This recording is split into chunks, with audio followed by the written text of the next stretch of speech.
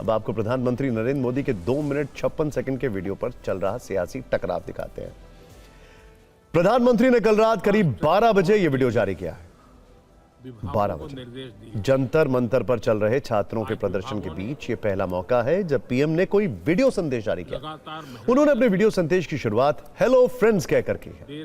आमतौर पर प्रधानमंत्री अपने संबोधनों या संदेशों की शुरुआत मित्रों या दोस्तों से करते हैं, लेकिन राजनीतिक विश्लेषकों का मानना है कि छात्र आंदोलन में शामिल युवाओं और खास तौर पर जेन जी से डायरेक्ट कांटेक्ट और कनेक्ट के लिए पीएम ने फ्रेंड्स शब्द का इस्तेमाल किया है।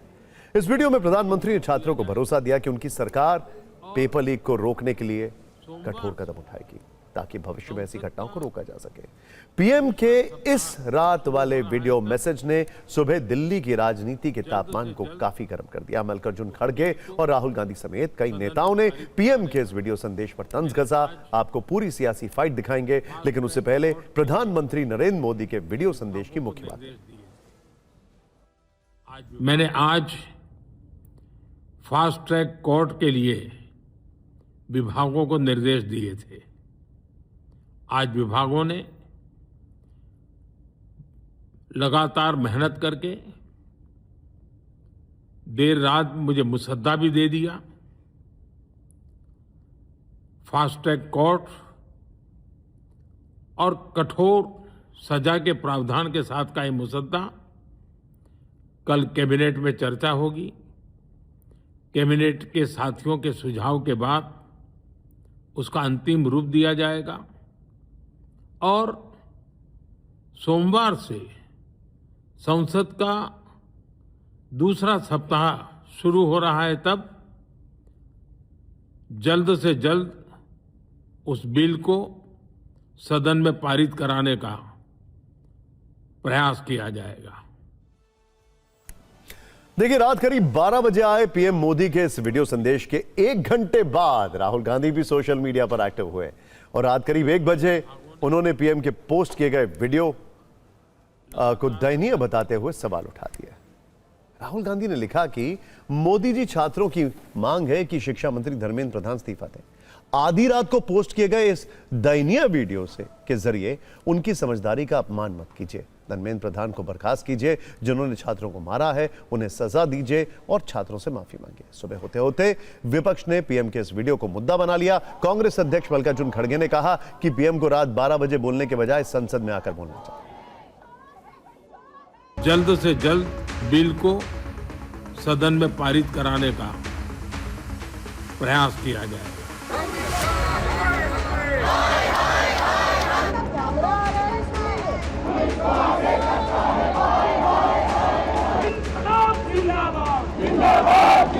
अगर उनको कुछ बोलना है तो सदन में बोलना चाहिए, तभी हम वो ऑथेंटिक बात उनकी समझेंगे।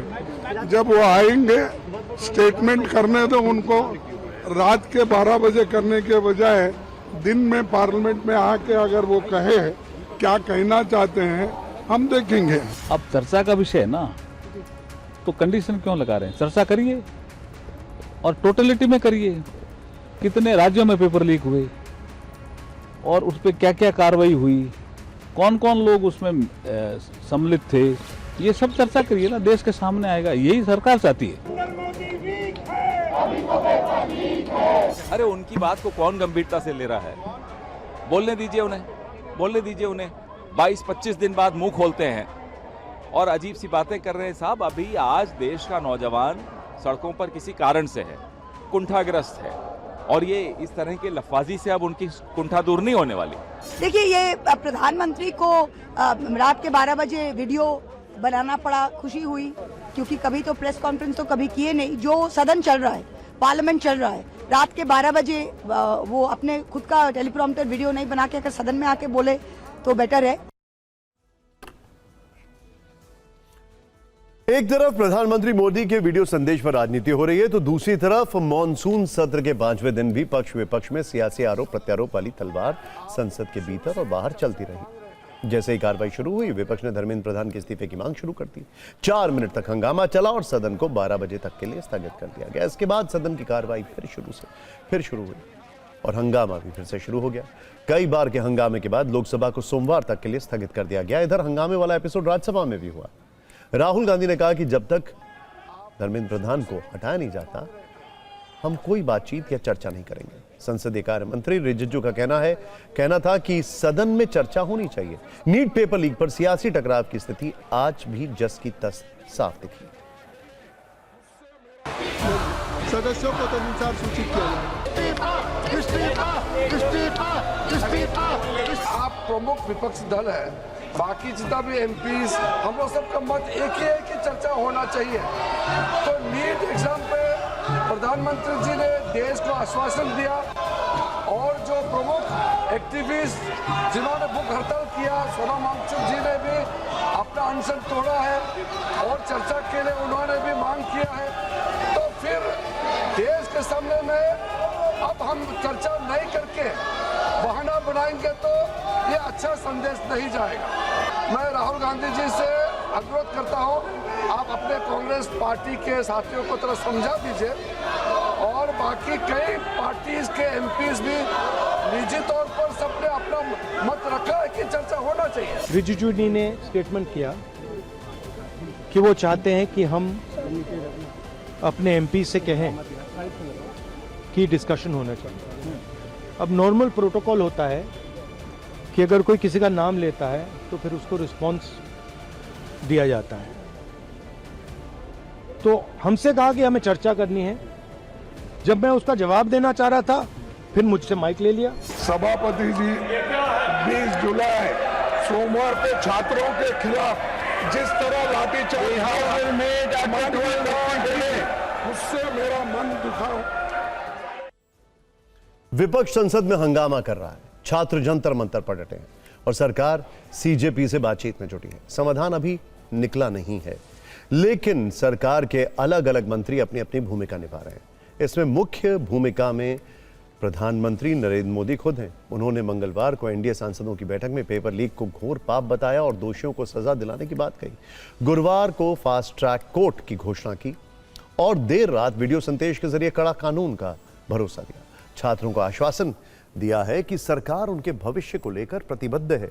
गृह मंत्री अमित शाह ने संसद और दिल्ली के हालात पर लगातार नजर रखी है। सीजेपी से वार्ता से पहले जेपी नड्डा और डॉक्टर जितेंद्र सिंह से कई दौर की चर्चा हुई है। प्रस्तावित संशोधनों और शिक्षा मंत्रालय में प्रशासनिक बदलावों पर भी उनकी अहम भूमिका रही है। संसदीय कार्य मंत्री किरण रिजिजू ने विपक्ष से संवाद की जिम्मेदारी संभाली है। फ्लोर लीडर्स और स्पीकर से लगातार संपर्क किया तथा संसद में सरकार की ओर से विस्तृत चर्चा के लिए तैयार होने का संदेश दिया। स्वास्थ्य मंत्री जेपी नड्डा सरकार की ओर से आंदोलनकारियों से बातचीत का चेहरा बने। 2 बार सोनम वांगचुक और 2 बार सीजेपी प्रतिनिधियों से मिले।